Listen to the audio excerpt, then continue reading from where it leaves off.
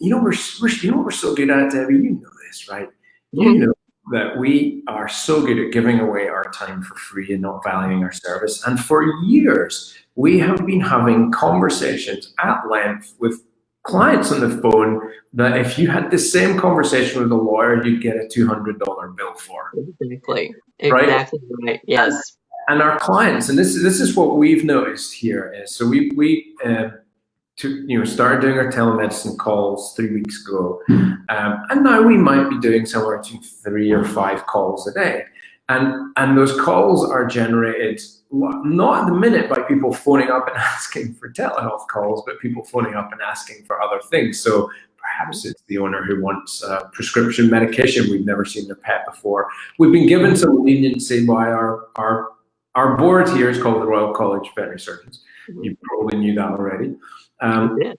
And so they've given us a bit of slack to be able to make decisions, you know, when we haven't got the full VCPR in place. We don't have that patient-client relationship happening. In the instances where we feel it is justifiable, you know, putting in all of the input constituents to that decision. So we're able to use telehealth a little bit. And certainly one of the things that we have seen is some clients get mad because they're like, hey, you would have just done this before. It's just a phone call. And now it's like, no, if you want a practice to exist at the end of this, we need to generate some revenue and we're going to offer you a call that's actually of value. Now, that's not how we're putting it to the client, of course, but we are internally having that sort of the same question I think that Alison's asking there is how do you position this as a value proposition to the client, or something we used to do for free? For years and years and years, I have talked to veterinarians about not giving away their time and how valuable their brain. This is what we pay for. It's that intellectual property. And, you know, Dave, you and I both create content for presentations and for, you know, our webinars, and we do speaking at conferences, and we charge for that. So it's very much the same thing as we are giving you our intellectual property and we expect to be paid for it. Now, you know, you and I right now, we're giving it all away for free, but that's okay. Right? Yeah.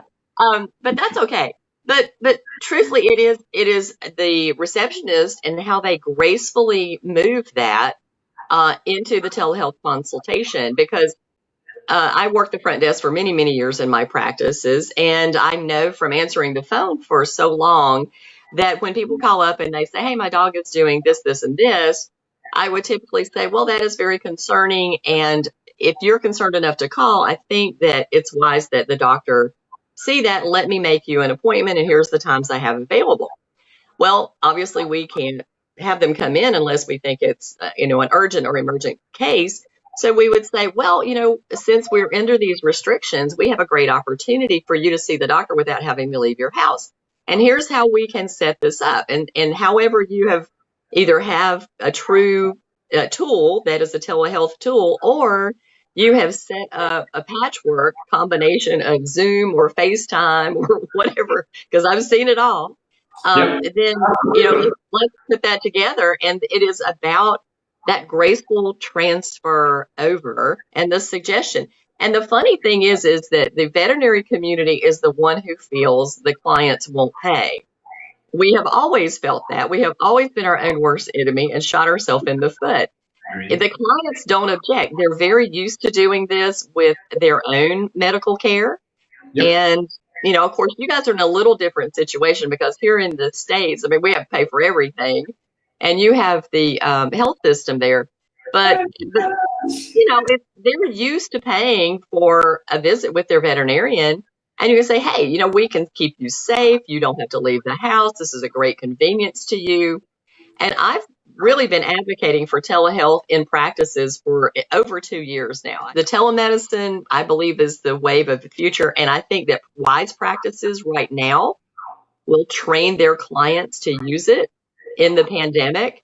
And they will love it so much that when we come back, and we are once again shorthanded veterinarians, because we have been for several years now, or RVTs or licensed veterinary nurses, then we can highly leverage the people that we have on our team and make these calls much more profitable than they are by having people actually come into the clinic. Agreed. We just need to work out which ones actually require physical examination, and those ones are the ones people are happy to pay for, and which ones not so much.